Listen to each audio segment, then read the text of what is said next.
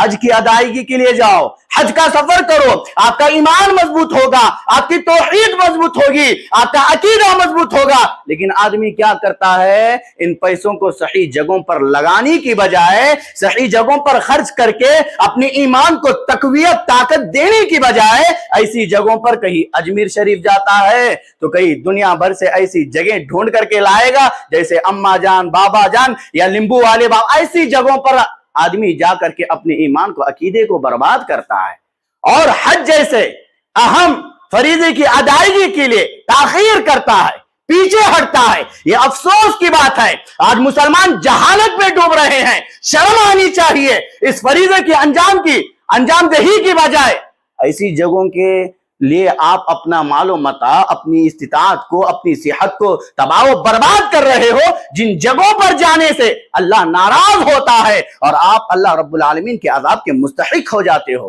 بھائیوں، اللہ نے مال دیا ہے تو حج کی فریضے کی ادائیگی سے اپنے آپ کو پیچھے نہ کرو، اپنے آپ کو پیچھے نہ کرو۔ اللہ نے مال دیا ہے، یہ عزم کیجئے، یہ عہد کیجئے کہ اس سال تو میں نے حج نہیں کیا ہے، انشاءاللہ ضرور آئندہ سال کروں گا۔ یہ استطاعت، یہ عزم اپنے اندر رکھو، تبھی کچھ ہو پائے گا، ورنہ عبادات میں یہ تاخیر اس بات کی علامت، اس بات کی دلیل ہے کہ آپ کی زندگی کامیابی والی زندگی نہیں ہے۔ آپ کی زندگی میں سستی کاہلی گھسی ہوئی ہے۔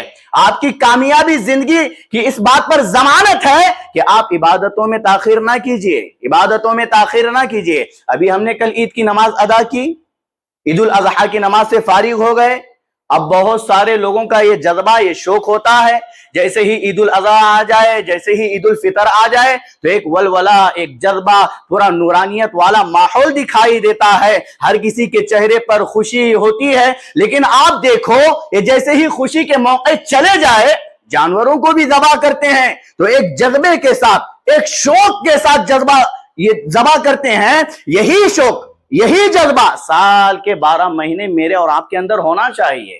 اسی جذبے کے ساتھ مجھ کو اور آپ کو اپنے قدموں کو آگے بڑھانا ہوگا، تبھی میری اور آپ کی زندگی کامیاب والی زندگی ہے۔ اگر ہم عبادتوں سے پیچھے رہیں گے اور عبادتوں میں شوق پیدا نہیں کریں گے تو یقین مانیے میری اور آپ کی زندگی کامیاب والی زندگی نہیں ہے۔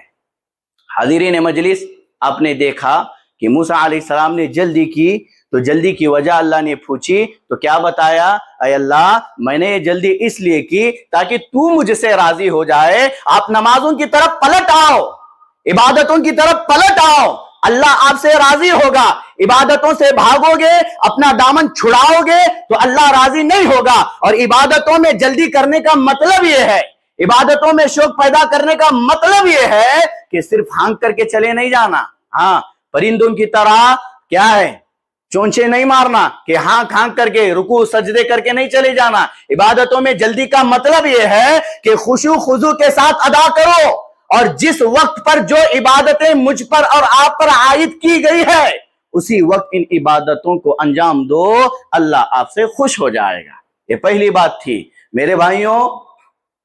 دوسری بات جو ہے وہ یہ کہ ہم میں سے ہر کوئی انسان، چاہے وہ مرد ہو یا عورت ہو، ہر کوئی یہ خواہش کرتا ہے اور ہر کسی کی یہ خواہش ہوتی ہے کہ اس کے ناممکن کام ممکن بن جائے، اس کے ہر زندگی کے جو مسائل ہے وہ آسانی میں تبدیل ہو جائے، اس کی زندگی آسان پرست بن جائے۔ ہر انسان یہ چاہتا ہے کہ اس کی زندگی میں آسانیاں ہو، سہولتیں ہو، اللہ تعالیٰ اس کے معاملات کو درست فرمائے۔ ہر انسان یہ خواہش کرتا ہے، لیکن صرف خواہش سے کام نہیں بنے گا، خواہش سے کام نہیں بنے گا۔ اور ہمارے یہاں ایسے لوگ بھی ہیں جو ناممکن کاموں کو ممکن بنانے کے لیے شرکیہ تعویذات کا استعمال کرتے ہیں، یا پھر ایسی چیزوں کا استعمال کر بیٹھتے ہیں جن سے شریعت اسلامیہ نے روکا ہے۔ بھائیوں، ناممکن کو ممکن بنانا، ممکن کو ناممکن بنانا، یہ کس کا کام ہے؟ یہ اللہ کا کام ہے۔ اور آپ نے ان چیزوں کو ایسے لوگوں کے سپرد کر دیا ہے جو غیر اللہ ہے۔ آپ نے اللہ کو چھوڑ کر کے غیروں کے حوالے ان کاموں کو سپرد کر دیا ہے۔ کون نہیں چاہتا ہے اس کے گھر میں برکت پیدا ہو؟ کون نہیں چاہتا ہے کہ انسان کی زندگی میں آسانیاں پیدا ہو؟ ہر کوئی انسان چاہتا ہے۔ اب ناممکن کو ممکن بنانا ہے، اب اولاد نہیں ہو رہی ہے. اولاد دینا، اولاد نہیں دینا، مذکر اور مؤنث دینا، کسی کو کچھ بھی نہیں دینا، یہ کس کا کام ہے؟ یہ اللہ کا کام ہے. اب اللہ چاہے تو نہ دے. اب یہ ناممکن کام ہے. اب اس ناممکن کام کو ممکن کون بنا سکتا ہے؟ کون بنائے گا؟ اللہ بنائے گا. اب اس ناممکن کام کے لیے آپ درگاہوں کی طرف جاؤ، ہاں، یا پھر ان باباؤں کی طرف جاؤ اور ان سے حاجتیں منتیں مانگو. بابا جان ہماری اولاد نہیں ہو رہی ہے، ہمیں اولاد دو، ہمیں اولاد دو. یہ بابا تمہیں اولاد دے گا؟ نہیں دے سکتا ہے. یہ ناممکن کام کو ممکن کیسے بنا سکتا ہے؟ ناممکن کو ممکن بنانے والی ذات صرف اللہ کی ہے. اور اہل حدیث تمہیں اسی طرف بلا رہے ہیں. آؤ اسی طرف، آؤ اسی طرف. آپ دیکھو زکریا علیہ السلام کے واقعے کو اللہ نے قرآن مجید میں بیان کیا ہے قرآن مجید میں بیان. کہا وَزَكَرِيَّا إِذْ نَادَى رَبَّهُ رَبِّ لَا تَذَرْنِي فَرْدًا وَأَنْتَ خَيْرُ الْوَارِثِينَ. جب زکریا علیہ السلام نے اللہ رب العالمین سے اولاد کی خواہش کا اظہار کیا تو زکریا علیہ السلام کا یہ عقیدہ، یہ ایمان تھا کہ اے الہ العالمین، تو ہی وارث عطا کر سکتا ہے، تو ہی اولاد دے سکتا ہے. مفسرین کے اقوال کے مطابق حضرت زکریا علیہ السلام کی جو عمر ہے، آگے آئیے دیکھیں.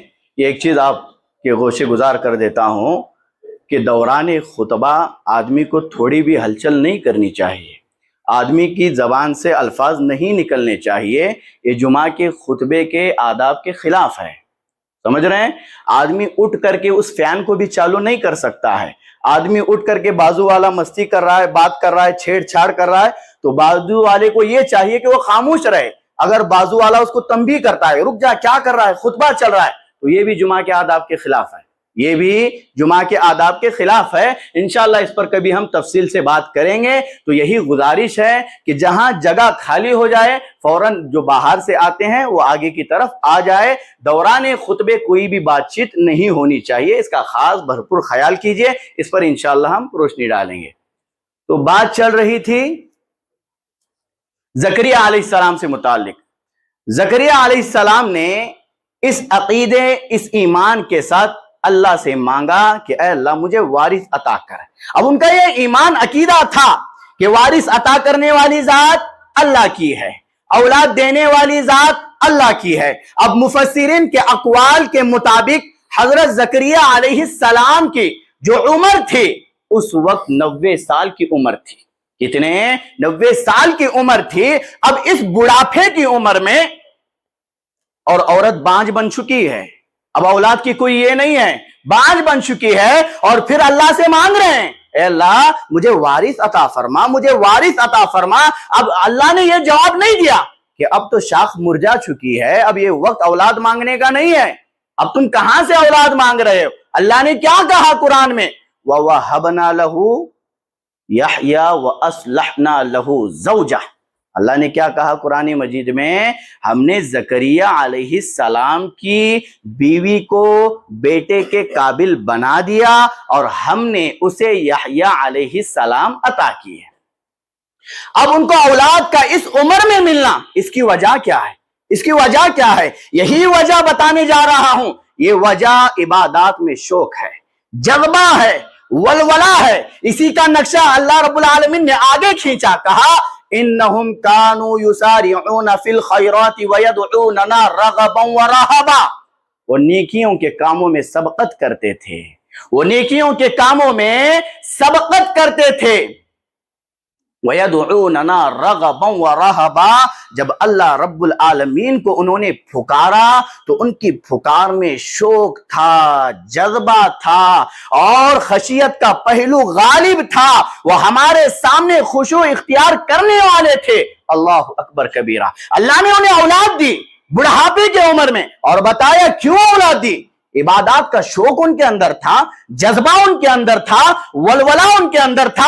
آدمی اسی یقین کے ساتھ، اسی عزم کے ساتھ آپ آگے بڑھو، اللہ تعالیٰ آپ کے ناممکن کاموں کو ممکن بنا دے گا. یہ اللہ کی ہی ذات ہے جو ناممکن کو ممکن بنا سکتی ہے اور ممکن کو ناممکن بنا سکتی ہے. اور اللہ نے کر کے دکھایا. بیوی بانجھ بن چکی ہے،